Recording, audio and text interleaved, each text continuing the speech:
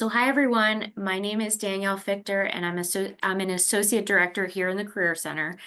Throughout this week, we've invited alumni to join us for conversations about their careers and to give you insight into different career paths and industries and get advice on how to enter and thrive in these fields. So I'd like to introduce today's guest, Sophia Albano.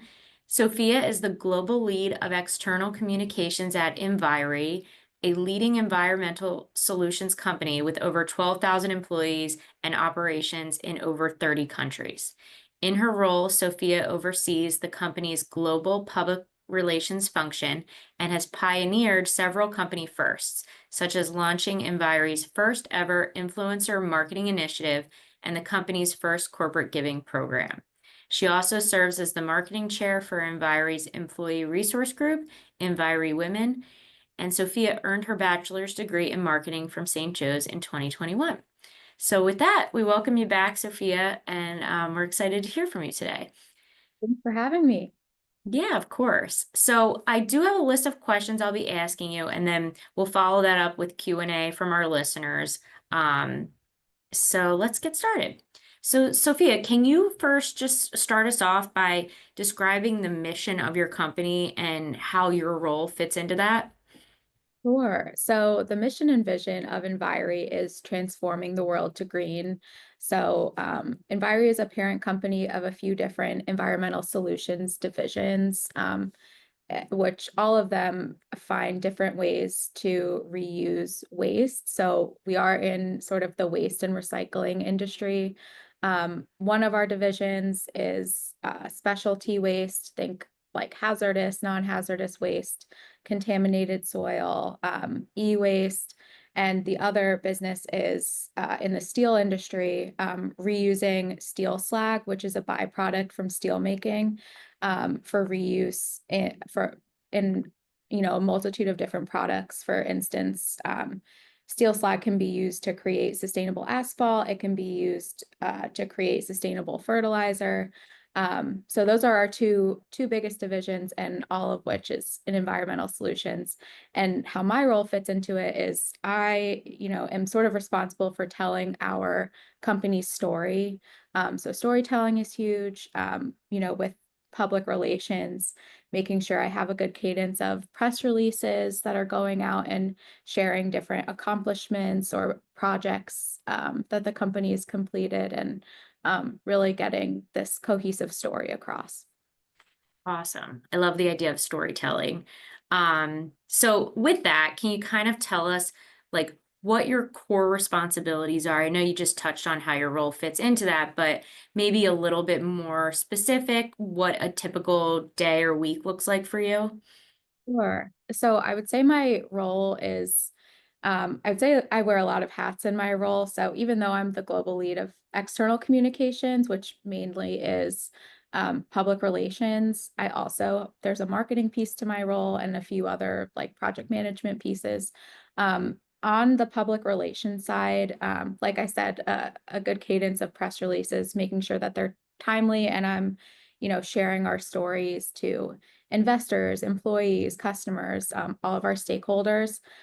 Media relations is a big part of my role, securing media placements and bylines, speaking with journalists, and keeping track of our placements in the media, mainly trade media. And there's other storytelling and other sort of cross-functional parties involved in my job. So government relations is one, being in a really regulated industry, and investor relations is one as well, being a publicly traded company. That's critical to my role and the public relations function. And then sort of in the marketing world, I do a lot of branding work, making sure, with the story we're telling, that we're putting a cohesive brand out there. I think that's equally important with telling our story.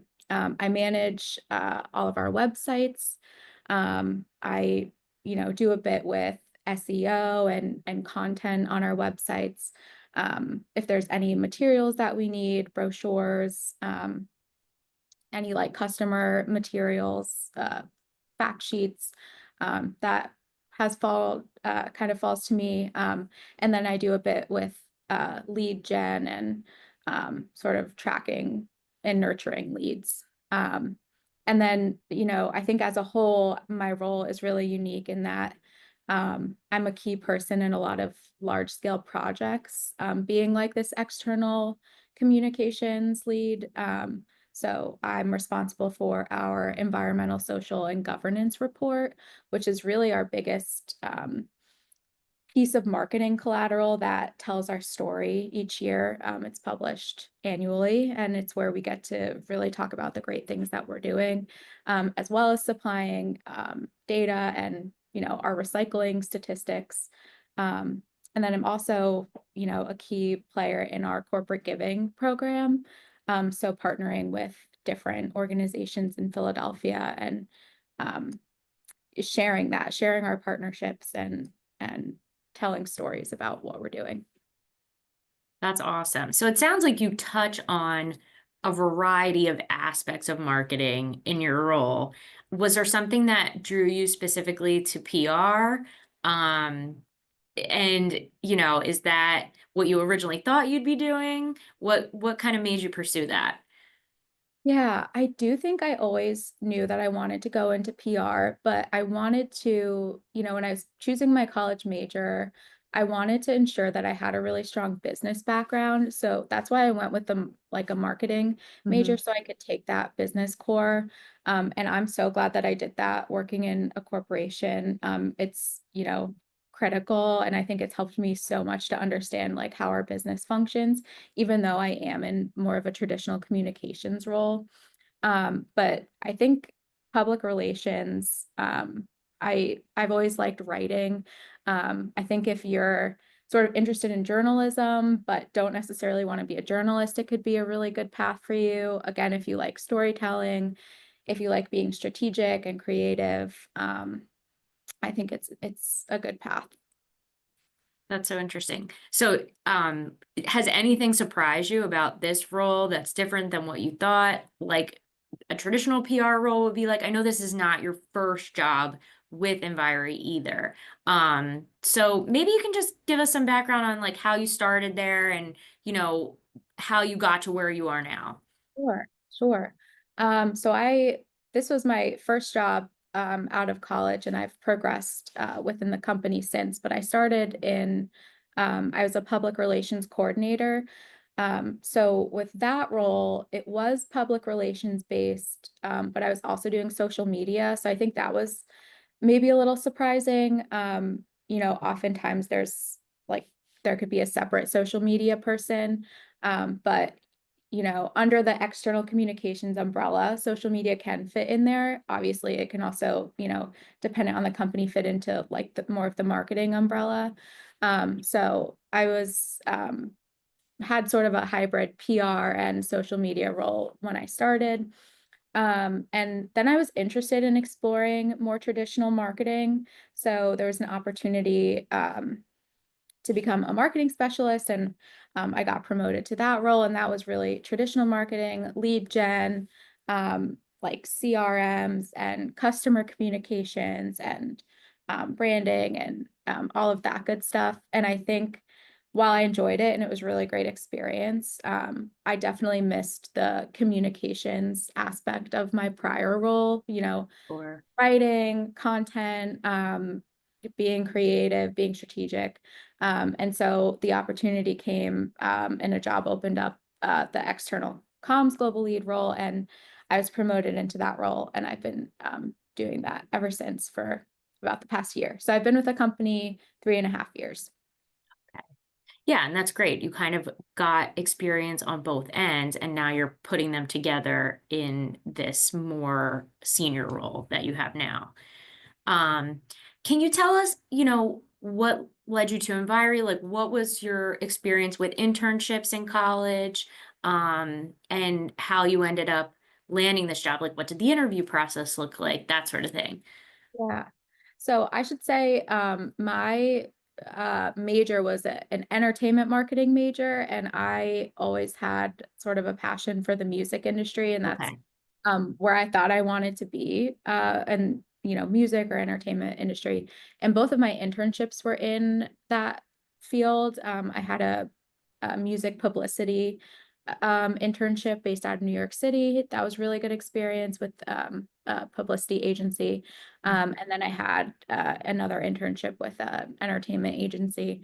Um, and, got to the point where probably like February of senior year and was starting to apply for jobs and didn't land anything before I graduated. And by summer, realized how difficult it was to break into an industry like the music industry, even though I had some good connections.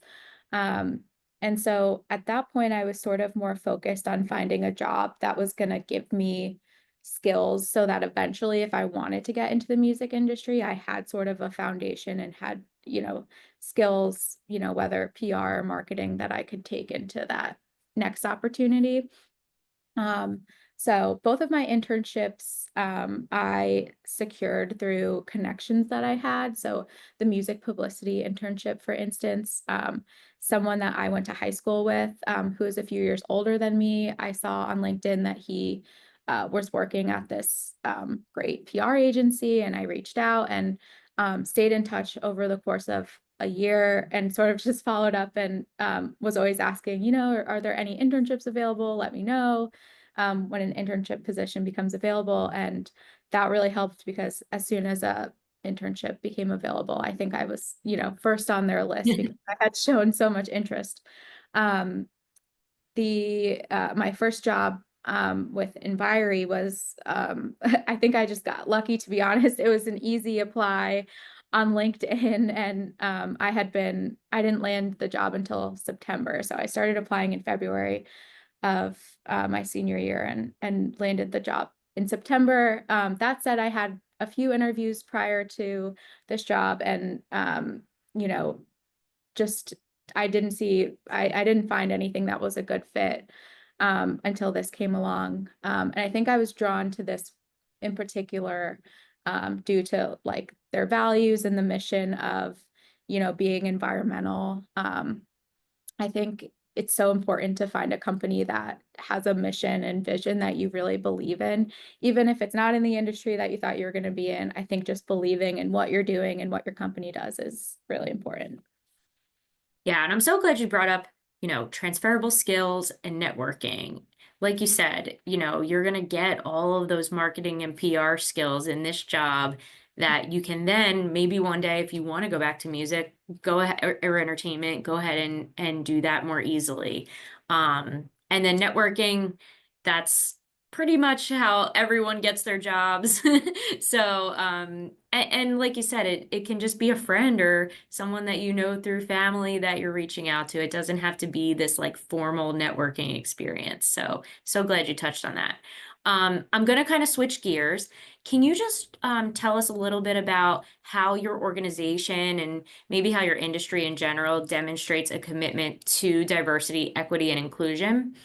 Yeah, of course. So I would say the industry, this recycling and waste industry, is pretty male dominated. So something that I've loved that my company has done has they've launched an employee resource group, an ERG, um, called Enviri Women. And it's for everyone, anyone, like men and women, anyone can join. But it's, really helping people advance in the workplace personally and professionally. And within the organization, there's like mentorship programs, there's opportunities to volunteer, there's different resources that they'll bring in. For instance, they'll bring in, external speakers to talk on different topics. Um, and so I think that's been, one of my favorite things about the company. I've gotten super involved as their marketing chair. So kind of using my skills and the job I'm already doing and using it, kind of on a volunteer basis has been great. But it's also been nice to get involved in this group because I'm getting to meet people that I wouldn't have met, in my day to day Right. the company. And so I'm, getting to like make connections and network with people that I may not have met otherwise. So I think Enviri Women is, yeah, one of my favorite things about the company. And I would just say and suggest, when people are looking at companies, poke around on their websites, see if they have some type of like inclusion program or something like that. I think that can be really key and very telling of what a company could be like. Absolutely. So does the Enviri Women Group bring together women from all the different locations that Enviri has throughout the world? What does that look like? I'm just curious. Yeah, there are different chapters. So there's like a North America chapter, there's a Latin Okay. America chapter, there's a Europe chapter, and we're all doing different things within our chapters. But there are like meetings and times to gather where we can share what we're doing within these individual chapters and get ideas. And there's sort of like a leadership structure too, where there's like a steering committee that's in charge of leading the ERG as a whole, but then there are like chapter leads as well that are responsible for organizing events and stuff like that. So I think it's also a really good opportunity to get some like leadership experience outside of your job because again, you get this like visibility, you get this sort of like leadership role in ERG, which is cool. Yeah. Yeah, that's very cool. And I'm sure it's another great place for networking, right? Um, can you share with us any like interview or networking tips that have helped you in your career? Yeah. So I think, in order to get an interview, you have to have a good resume. I think that's like the first step. The resume gets you the interview. So I definitely suggest, floating your resume around to people you trust, mentors, the Career Development Center, and get that resume, in a good place. And I think it's important to remember in an interview that as much as they're interviewing you, you're interviewing them. You want to find like a sort of like mutual connection and make sure that it's a company that you want to work at. Um, and there are things to look out for. I mean, I feel like when I was looking for a job, I came across a few companies that I interviewed for that maybe had some like red flags. I think if a company is describing the team that you're going to work on as like super lean and super scrappy, it probably means it's going to be like really fast paced and intense. So I think also kind of know some of the like red flags and know what you're looking for. I think nowadays too, recruiters and people who are interviewing you will throw in some like crazy questions. So, whether it's a personality question, they're just trying to find out more about you. I've heard interviewers ask like, if there was a book about your life, what would it be titled? And it's just they're trying to see if you can think on your feet. So I would say be prepared for questions like that. And whatever industry that you're, applying for, know like know how to answer questions about trends. So if you're applying for a social media job, how are you learning or staying up to date on social media trends? Is there a podcast you listen to? Things like that. Yeah, that's great advice. Is the thing with trends and then also what you had mentioned as far as like the behavioral questions or the questions that seem somewhat silly but are getting at something a little bit deeper. Is that kind of something that you learned through the interview process, or was that advice that someone had given you prior to starting your job search? I think that was something I learned through the interview process that I wasn't necessarily expecting. And kind of, I think the first time I heard a question like that, I was kind of thrown off and thought it was like a joke. Yeah. But, for instance, I've heard people get asked questions like, how many taxi cabs are in New York City? Which is like a bizarre question in an interview, obviously. But the person is asking to sort of follow your thinking process. They're not needing you to know the right answer. Like you're not expected to know that, but they want to see your thought process along the way and how you think. Gotcha. Yep, exactly. So is there something that you did learn from St. Joe's, or something that someone told you prior to your job search that was really great advice, or is there something that you wish someone had told you while you were in school? I think, everything that I learned about networking at St. Joe's, I attended a few professional development events through the Women's Leadership Initiative, and learned how to give an elevator pitch. And I think that was really useful because in any interview, the first question that you're going to get is tell us about yourself, which is probably the most daunting question. And having sort of this elevator pitch prepared where you're, um, giving the person just like a brief but succinct overview of who you are before you get to the rest of the interview is really important, and that's likely the first impression that you're making on them. um, and I also think something that I learned is having, along with the elevator pitch, is having a personal brand, and knowing your personal brand. um, are you someone, do you want to be known as someone who's a problem solver? Do you want to be known as someone who's um, collaborative? Kind of know your skills and your brand, and like leverage that in an interview. Awesome, that's great advice. Um, So kind of just going back to your college experience, are there two or three experiences that, you might have had or that you wish you had that you would encourage students to engage in while still in college at St. Joe's that would prepare them for entering the field once they graduate? Yeah, I would say, due to like me being in college and a junior when COVID happened, I didn't have the opportunity to do any in-person internships. And so accepting an in-person job, as my first job, that was my first experience being like in person in corporate America.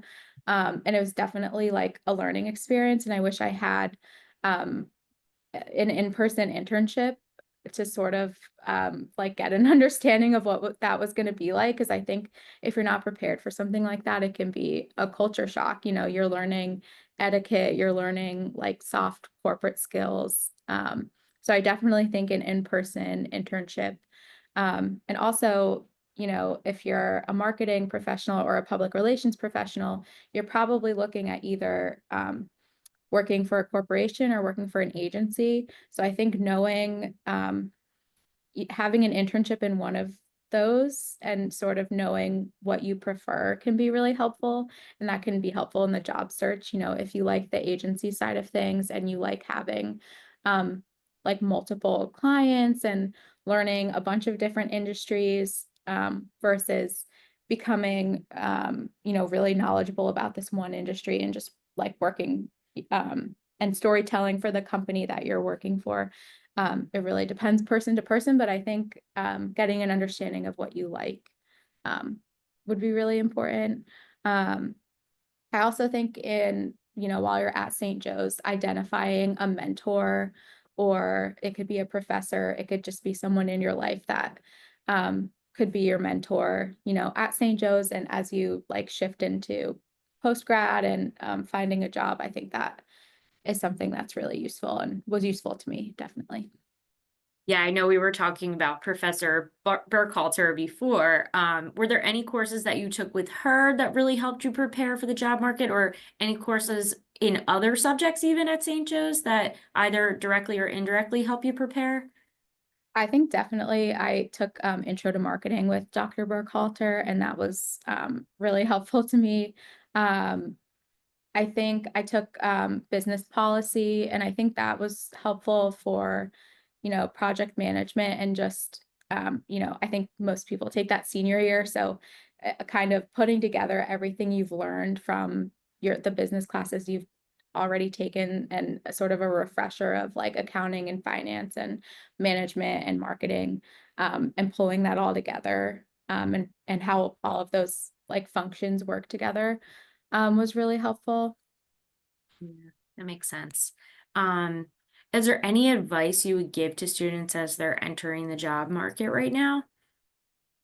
I would say, similar to me, I thought I was I was hopeful to pursue a job in a certain industry that was really competitive. So I would say it's okay if your first job is not your dream job. It's all about, I think your first job is all about building skills and building connections and, just becoming like confident in like the workforce. And then, you can use the skills to eventually pivot into maybe an industry that you are more passionate about. Yeah, I would say that's my biggest piece of advice. Yeah, that's great advice. I think a lot of students feel pressure to get that dream job right off the bat, and the truth is that you have to learn in order to land that eventually. So I'm glad you reiterated that. And St. Joe's is all about the Jesuit education and cura personalis. Can you just kind of describe like what kind of impact that had on you while you're here, and now how that has impacted the career decisions that you've made up until this point? Yeah, I definitely valued the Jesuit education and the idea of like educating the whole person. And, I took so many different classes at St. Joe's and I, walked out feeling really like well-rounded and prepared for the job market. And I definitely think I'm someone who I consider myself like a lifelong learner and someone that's very curious. And I feel like in my industry that's very like niche and technical. I'm learning something new every day and I'm not afraid to ask questions or um, research or learn this like new topic because I think just like continuously learning is like really key to any kind of growth. Um, and I would say also like the values that I got from St. Joe's, I wanted to find a company that had like similar values that aligned with mine, again, where I believed in the mission and the vision and um, a company that has strong values and employs people that live those values, you're going to like the people that you work with because they're going to have like the same values as you. So I think that was definitely important to me as well. Yeah, that's a very important, very what's the word? Like self-awareness, you know what I mean, of what you value and what you're looking for in the culture of a company. That's very important. We're getting towards the end of our questions here, so if anyone does have any questions, feel free to put them into the Q&A box, and I'll ask Sophia those at the end of the session. But just kind of want to wrap up here. We talked about internships a little bit. Um, is there anything, I know we talked about in-person internships specifically. Is there anything within PR especially that you think students should get some kind of experience with prior to applying for their full-time job? I think, there are definitely important skills to learn. But I think something to keep in mind, I think when you're entering like the job market and getting your first job, you're not expected to like be super proficient in anything. Like people understand that it's your first role and there's a lot of learning to do.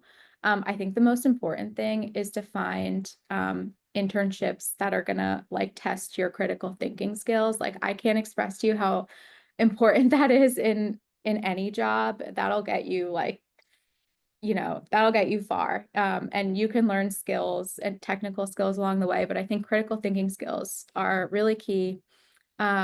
Writing skills are really key. If you have the opportunity to take like a writing intensive course or an internship that's writing intensive, I think that's super important.